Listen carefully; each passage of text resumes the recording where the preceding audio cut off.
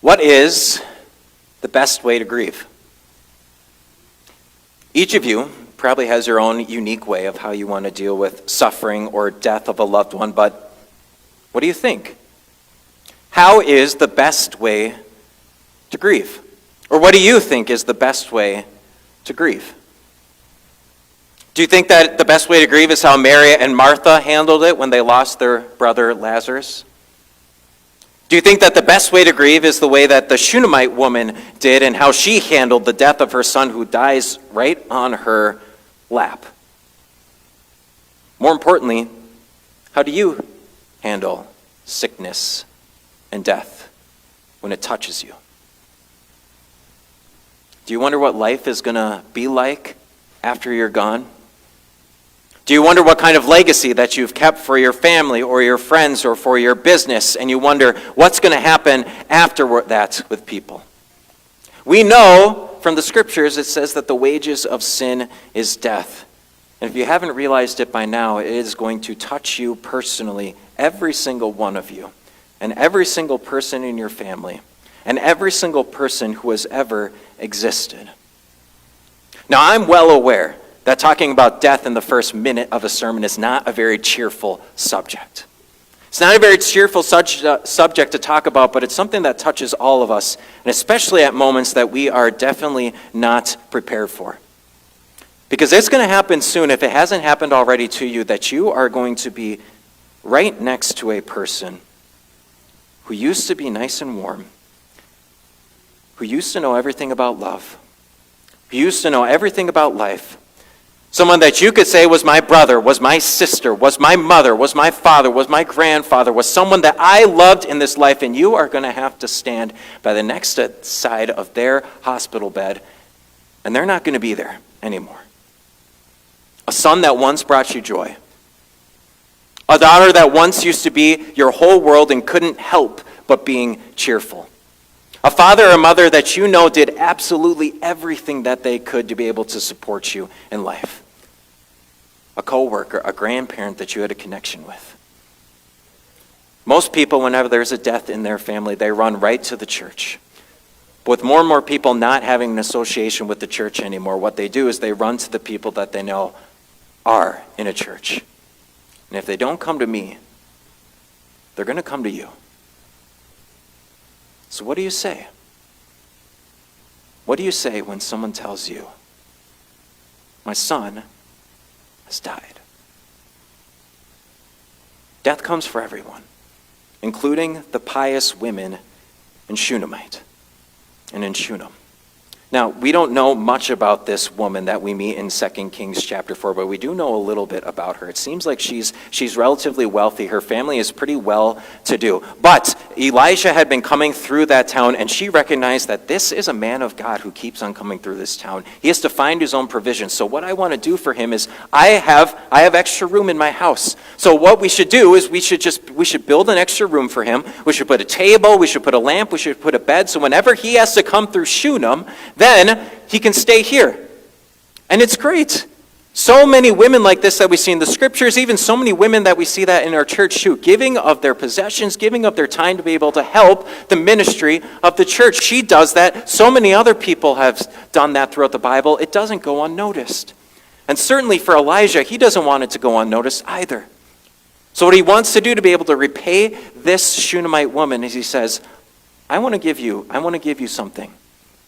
I want to give you something that you have never been able to have on your own, even though everything else has been solved for you. At this time next year, you are going to have a son.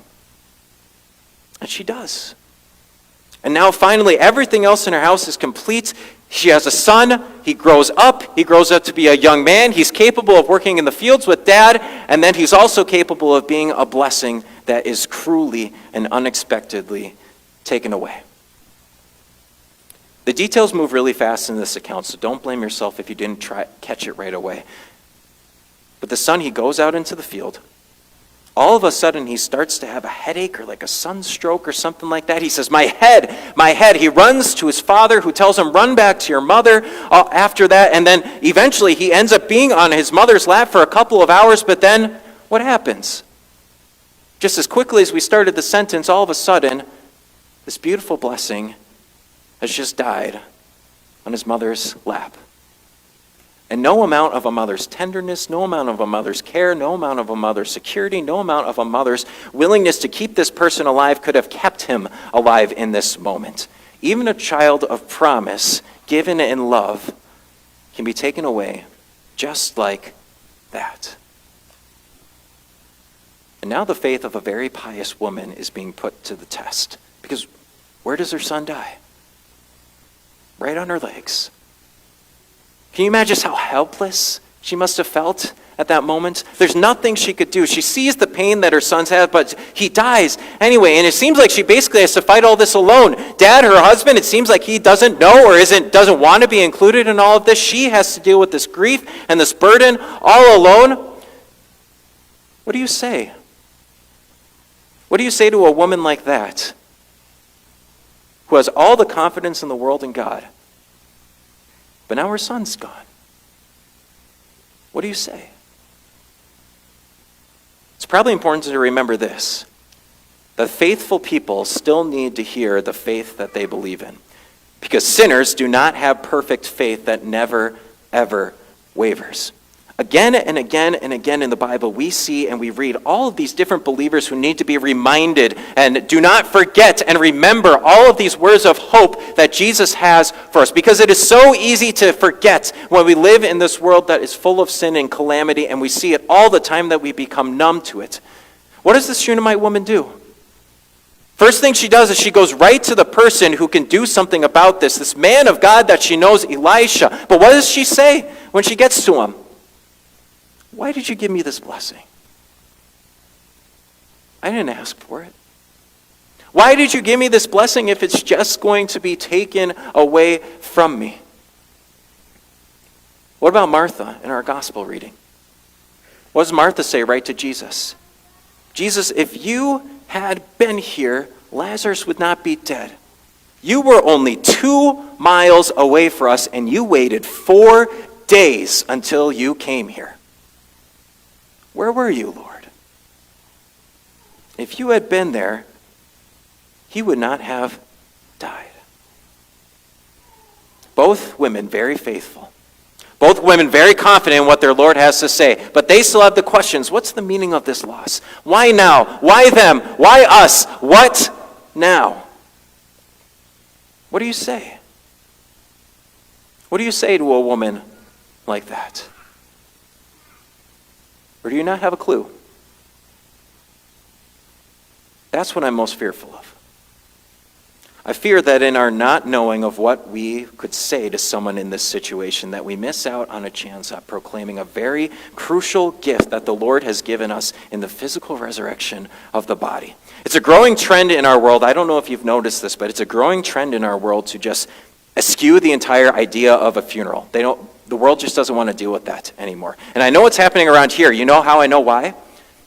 Because back in September, we offered an event called Funeral Pre-Planning at this very church. We partnered with Trinity Memorial Gardens across the street to be able to give our church and the community an opportunity to say, hey, all of the questions that you have about this very uncomfortable topic, come and we'll answer them in a non-judgmental zone, and we'll answer everything you might want to know about a funeral service, what happens at a funeral home, all of these things. You know how many people showed up? 4. 4 people showed up. It's an uncomfortable topic, I understand. I get it. It's not easy to be able to talk about, but I fear that fear of that we don't know what to say or don't know what to do about it is going to lead us away from it.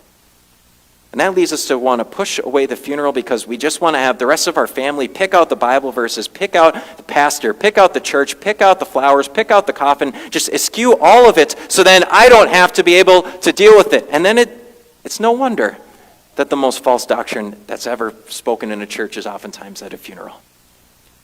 The only time that we're focused on Jesus is after the fact, once we've picked out our tea time with our buddies finally, once we can play on God's greenest golf course, or once we can finally give the hug to our mom or dad back in heaven that we want to. That's the only time that we think about Jesus is after all of that stuff. We don't know what to say. We don't know what we would say even if we had the chance. We don't want to call it like it is. The Shunammite woman knows that the common world's help for her to just say, no, your son is living on just as a memory. No, your son, he's looking down on you. She knows that's not true. She knows that's not going to help because her son is still dead. And she knows that that kind of hope and that kind of false comfort is false hope at best. She knows her son is dead. And even though she might have pictures on her wall of her son and Shunem, she knows that is not going to restore her. She wants words that will actually give her hope. I have 3 words that I want you to bring to the grave the next time someone gives you this kind of tragic news. The first one is this, is I don't know. You can say, I don't know. I don't know why that happened. I don't know why there are some of you that have to deal with diseases that you know and the doctors have told you that this is going to kill you at some point. I don't know why there is a reason that you have to be the person that might have to deal with gun violence or an accident or sudden medical emergencies that are suddenly either going to take you or someone that you love very closely is going to take away from you. I don't have all of the answers to all of the questions that you want to know. And I don't know why it had to happen. But I do know that God intends for it to serve a greater and better spiritual purpose. You can say, I don't know.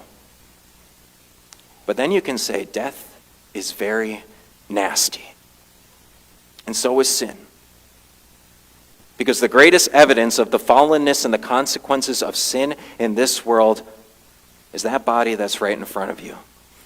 That can't breathe, that doesn't have a heartbeat, that can't talk any longer, that can't do anything at all.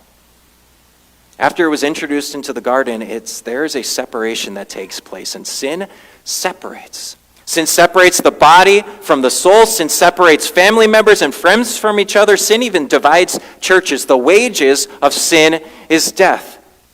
It should be unsettling because it was never, ever, ever meant to happen. In the Garden of Eden, it was never meant to have death. It was never meant to happen, never meant to see this kind of violence. But now we do. And everyone would like to have you think that this is the very last word. But it's not. Because Jesus says that you will see this person again because he has risen from the dead. We confess and we believe as a church, we believe in a bodily, physical resurrection from the dead. When Jesus came out of the tomb 3 days later, he did not come out as some kind of caricature of himself. He came out as skin and bones that had just been carried off the cross on Calvary. And the Bible is crystal clear that on the last day when Jesus comes again with all of his angels and with the trumpet blast, when everyone is able to see him, that is when the bodies that have gone before us, and they will be reunited with their souls. Some to heaven to be with him in eternity, but some who go to everlasting judgment in hell. We believe this to be true. And Paul says if you don't, in 1 Corinthians 15, well, the faith that you have is futile. And you're to be pitied more than anyone else. It means that the faith that we have is futile, we have no hope, and we should grieve like the rest of the world. And we should hope to just give false hope and false comfort to the rest of the world. And we should just expect that the only thing that's left for us is to hope that we are just a footnote in a family history on Ancestry.com. Hope that we can just live on as a scholarship home. Hope that it's going to be forgotten in a couple of years, maybe even a couple of months, sadly, maybe even a couple of weeks. The comfort that you have to give to someone is the same comfort that Jesus gives to the grieving family members of Lazarus. Your brother's going to rise again. I will raise him up. Because Jesus promises to you that he will one day give you back your faithful dead. so that you can live with them, that you can laugh with them, that you can jump with them, that you can hug them, that you can dance with them, with a glorified body and a soul, living and walking and moving around in eternity with the Son of God. How do we know? Because Jesus is the one who went through death before you. Jesus is the only one who has gone through death so that he can make these kinds of promises to you. So that you don't have to try and circumvent death in any way, or you don't have to try and tiptoe around the subject. We have a God who has done it, who has defeated it, and has defeated all of its consequences so that we no longer have to grieve like the rest of the world does. Praise God. Now, why today and why now to talk about this? Because I know for a fact that not a small number of us have had some sort of significant health scare in the past year, in the past month, maybe even the past week. Have we entrusted ourselves and have we entrusted our family members into the care of God? Yes, of course, but not perfectly. Have we entrusted ourselves to what God has planned for our lives? Absolutely, we have, but not perfectly. Fear has crept into our minds. It's robbed us of the peace that Jesus wants us to have. Perhaps we've been tempted to become frustrated or genuinely angry at God, and our hope in what he has said in his word, it's faded. Jesus says, in this world we will have trouble. That's a direct quote from the Lord. But why can we have hope? Because Jesus has overcome it. And that although our loved ones may not be raised in this life and they may be taken at any moment at all, we can have the kind of confidence that gives us the answers to the unanswerable questions of why now, why then, how will my spouse be without me, how will my business be without me, how will my children go on, how are the kids going to take it, is there going to be enough left behind? Those questions start receiving the answers that we need when we know that Christ is the one who lives and reigns and is in control. And then we can say with the Shunammite woman that it is well. It is all right. That although anything in our lives could be taken away from us, our vision, our wives, our children, our abilities, our minds, even our own life, we know in the end that we are going to see God. And we will see him face to face. Arms wide open. The exact thing that we've always needed. And the exact hope to share with any grieving person. Amen.